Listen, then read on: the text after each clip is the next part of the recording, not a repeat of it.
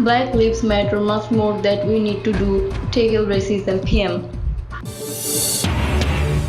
There is much more that we need to do to tackle racism, Boris Johnson has said as he announced a new commission to look at all aspects of inequality. Writing in the Telegraph, the PM said no one who cares about his country would ignore the anti-racist protests sparked by the killing of George Floyd. But Labour's David Lammy said it was time for action, not another review. The PM also said the UK should not attempt to rewrite the past by removing historical symbols. The UK's heritage should be lived broadly in peace, he added. The stories behind the statue's retarget in protester clashed with police in central London, who stopped somebody from being killed. Mr. Johnson condemned the far-right thugs involved in violent protest on Saturday, with some more than 100 people arrested in London after thousands gathered, saying they were protecting statues.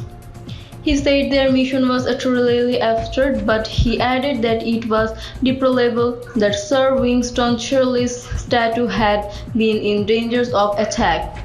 It comes after the statue in Parliament Square was spray painted with the words "was a racist" last weekend in Bristol. Anti-racism protesters pulled down a statue of slave trader Edward Colston. The Prime Minister said he was setting up a commission to look at inequality as it was no use just saying that we have made huge progress in tackling racism. He wrote, "There is much more than we need to do, and we will. It is time for a cross-governmental commission to look at all aspects of inequality in employment, in health outcomes, in academic and all other walks of life." Questions over inequality in health outcomes have been repeatedly raised during the coronavirus pandemic after figures showed more people from ethnic minority backgrounds were disproportionately dying with the virus. Federal Justice Secretary David Lammy said a number of inquiries into racial inequality had already been carried out, such as his own report on the treatment of Black, Asian, and minority ethnic individuals in the criminal justice system. Theresa May's race disparity audit. You can understand why it feels like yet again in the UK we want figures, data, but we don't want actions, he told BBC Radio's 4S Today program. Black people aren't playing victim as Boris indicates. They're protesting preciously because the time for review is over and the time for action is now. Mr. Lammy said the announcement lacked detail because it was written on the back of a fact packet yesterday to excuse the Black Lives Matter protest. He called for legislation and the recommendations of last reviews to be implemented. BBC assistant political editor Norman Smith said the new commission would be run out of the Cabinet Office and report to the Prime Minister, and it would be asked to finish its work by Christmas. A chair has not yet been indicated, but the commission will be overseen by Equalities Minister Kemi Badenoch, with independent members also on the panel. There are expected to be public evidence sessions until legislation may follow. Lord Simon Woolley, founder of Operation Black Vote and the advisory chair of the Government Race Disparity Unit, said he was encouraged by the announcement of the commission. However, he said it must lead to action and structural change to tackle the inequalities in employment, health, and education. Laid bare by the pandemic, media captioned racism in the UK. I feel like an alien. Thousands of people had marched in the UK as part of Black Lives Matter demonstrations following the death of George Floyd in Minneapolis last month.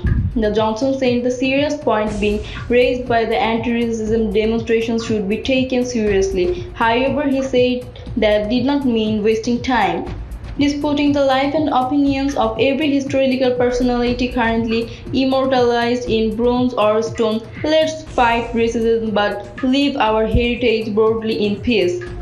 If we really want to change it, there are democratic means available in this country. Thanks, by the way, to Winston Churchill, he said. It comes as English Heritage is reviewing London's 950 blue plaques to check if any have problematic connections and will warrant extra context published about them online.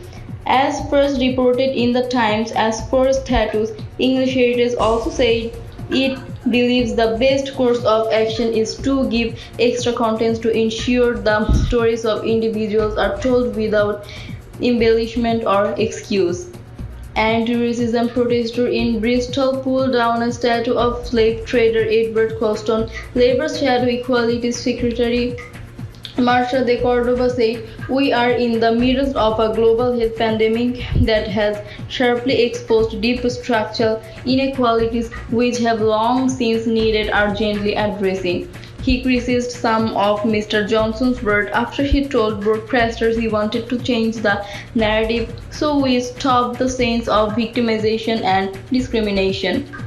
Ms. de Cordova described this as condescending and designed to let himself and his government off the hook.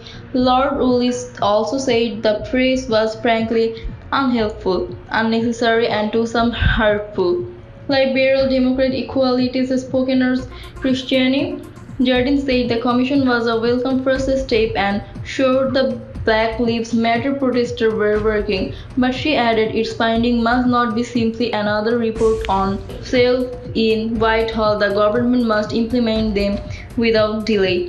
Meanwhile, a survey of people attitudes to race in Britain carried out during recent protests suggests people are increasingly optimistic that the UK will become more tolerant and diverse.